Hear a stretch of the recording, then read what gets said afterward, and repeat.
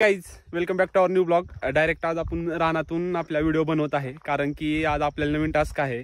जी पाठीमागे बघताय सीताफळाची बाग आहे, त्याला आज आपल्याला भेसळ डोस घालायचा आहे। भेसळ डोस काय करतो तर जो आपल्या बागेला फळ लागलेला आहे त्या फळाची फुगवण चांगली होते आणि जो माल आहे त्याला चकाकी येते। तर कोणत्या कोणत्या प्रकारचे आपण खत मिक्स करणार आहे हे आपण पुढे ब्लॉगमध्ये बघू। ही जी आपली सीताफळाची बाग आहे त्याला आता 4-5 महिने झालेले आहेत छाटून। तर जो आत्ता माल लागलेला आहे या बागेला त्या मालासाठी हा भेसळ डोस चांगलं काम करतो। हे बघू शकता तुम्ही इथं हे जे सीताफळ लागलेले आहेत याच्या फुगवणीसाठी भेसळ डोस आवश्यक असतो, तो आज आपण देणार आहे। तर बघूया आपल्या बेस कॅम्पवरती आपण आलेला आहे। हे समोर बघू शकता इकडं खताचं मिश्रण चालू आहे। आपण बघूया नेमकं कोणकोणतं खत त्यात मिक्स केलेलं आहे।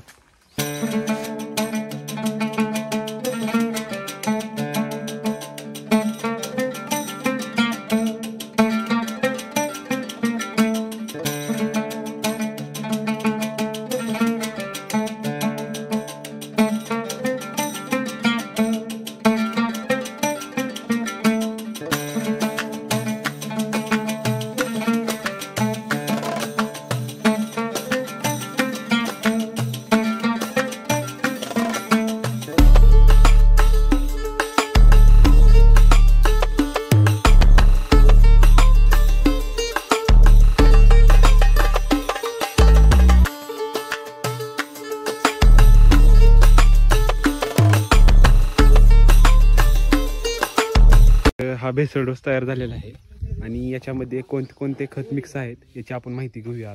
तर आज आपल्या सीताफळाच्या बागेसाठी जो भेसळ खत टाकायचा होता तो तयार केलेला आहे। त्याच्यामध्ये नेमके कोणते कोणते घटक आहेत हे आपण विचारून घेऊया। तर गुलाब ह्यात नेमके काय काय आणि याचे फायदे काय आहेत? यात बागे मॅग्नेशियम सल्फेट आहे, झिंक सल्फेट आहे, पुन्हा फेरस आहे, पुन्हा एमओपी आहे, सिंगल सुपर फॉस्फेट आहे। तर हे भेसळ डोस टाकतो कारण की आता माल आलेला आहे फुगवणीसाठी।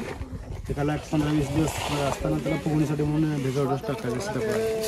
त्याचा फायदा काय होतो तर माल चांगला फुगतो आणि शाईन येते, त्याच्यावर शायनिंग येते आणि एकसारखा माल फुगतो। आपण बघितलं की सीताफळाच्या बागेला जो भेसळ डोस घालणार आहे त्याच्यामध्ये कोणकोणते घटक मिक्स आहेत आणि त्याचे फायदे काय आहेत झाडासाठी। तर तो सध्या इथं ठिक्यामध्ये भरायला चालू आहे आणि तो भरून आपण नंतर सीताफळाच्या बागेत नेणार आहे आणि प्रत्येक झाडाला 750 ग्रॅम एवढं असं ठरलेल्या मापावर राहून प्रत्येक झाडाला आपण देणार आहे। तर तो आपण पुढे बघूयाच। शेतीत म्हटलं की शेतीत रोज नवीन नवीन प्रयोग चालू असतात। तर आपल्या सीताफळाच्या बागेला आज भेसळ डोस घालायचा आहे। तर प्रत्येक झाडाला 750 ग्रॅम हा एवढा खत मिळाला पाहिजे। तर त्यासाठी माप कसं तयार करतात ते बघू आपण। ह्या ज्या बॉटल पडलेल्या आहेत औषधाच्या, ज्या मेडिसिन वेस्ट आहे शेतीचं त्याचा आपण रियूज करत आहे। हे समोर बघू शकता प्रत्येक बॉटल त्या हिशोबाने कापून त्याच्यामध्ये 750 ग्रॅम एवढा खत बसेल एवढ्या आपण ते कापले आहेत। हे कशासाठी कापताय तुम्ही? प्रत्येक झाडाला सरासरी बरोबर एकसारखं भेसळ डोस पडावा त्याचा 750 ग्रॅमचा माप आहे। हा जो भेसळ डोस तयार केला होता तो ठिक्यामध्ये भरून आता ट्रॅक्टरमध्ये भरून तो आपल्या सीताफळाच्या प्लॉटकडे नेण्यात येतोय। त्यानंतर प्रत्येक झाडाला 750 ग्रॅम म्हटल्याप्रमाणे टाकायचं आहे। त्यासाठी ते आपण माप पण तयार केलेली आहे। जर यूज करता आले पाहिजे। हे जे औषधाच्या बॉटल आहेत ते वेस्ट जाणार होत्या तर त्याचा आपण एक उपयोग करून घेतलेला आहे। ह्या एवढ्या मापाने कापलेल्या आहेत कारण की याच्यामध्ये 750 ग्रॅम खत बसतो, तेवढा खत आपल्याला एका झाडाला टाकायचं आहे। या प्लॉटला आपल्याला भेसळ डोस घालायचा आहे।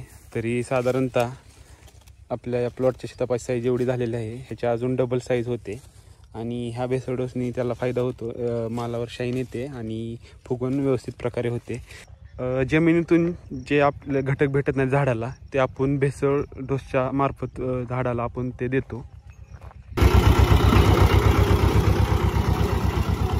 तर अशा प्रकारे टेलरमध्ये जो आपल्या बागेला भेसळ डोस द्यायचा आहे तो घेऊन आलेले आहेत।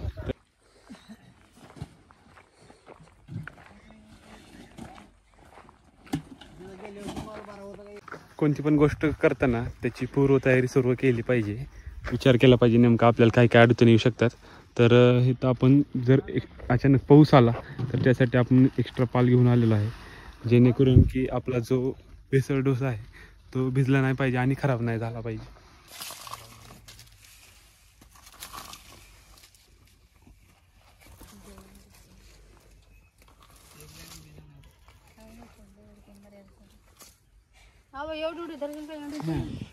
तर अशा प्रकारे दोन्ही साईडला झाडाच्या रेश मारून त्याच्यामध्ये हा भेसळ डोस जो 750 ग्रॅम आहे तो व्यवस्थितरित्या टाकला जातो.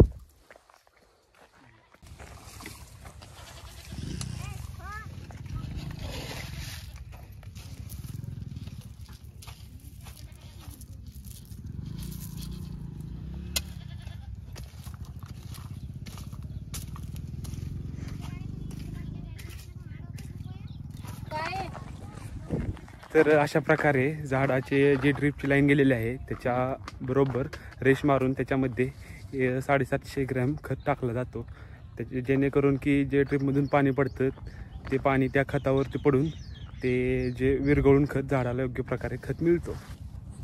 बाग साधारणतः मे ते जूनच्या दरम्यान छाटली होती.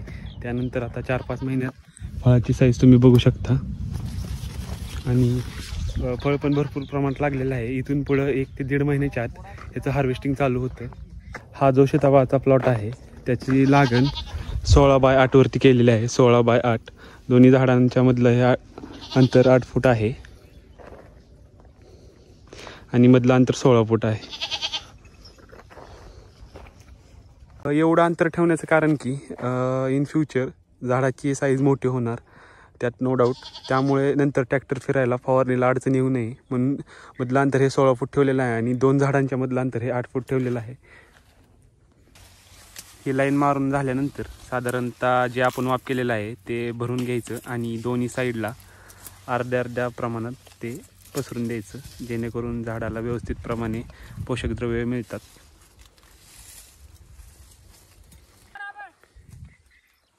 चार लाईनला टाकायचं चालू आहे सध्या. 1, 2, 3 आणि त्याच्या पलीकडे 4 लाईनला आता सध्या खत टाकायचं चालू आहे. त्यानंतर हळूहळू सायमल्टेनियसली लाईन चेंज होत राहतील. आपल्या या प्लॉटला लावून साधारणतः 5 वर्ष झालेले आहेत. हे 5 वर्षात झाड एवढं झालेलं आहे. याचं बूड बघू शकता तुम्ही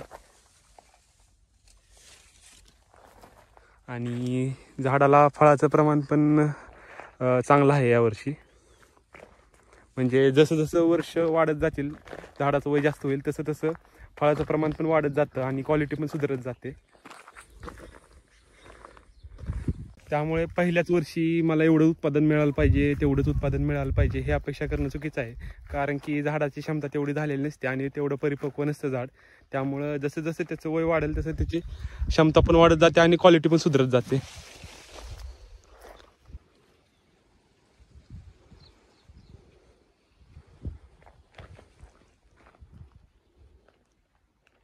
क्षेत्र कोणतंही असो, शेती असो किंवा बाकी कोणतं पण असो, मॅनेजमेंट ही सर्वात मोठी गोष्ट आहे. कारण की तुम्ही गोष्टींचं मॅनेजमेंट नाही केलं तर झाडांना आता समजा खत तुम्ही टाईमच्या टाईमला नाही दिला, पाणी नाही दिलं तर त्याची वाढ तेवढी होणार नाही आणि उत्पादन पण तेवढं निघणार नाही. त्यामुळे मॅनेजमेंट हे सर्वात महत्त्वाची गोष्ट आहे.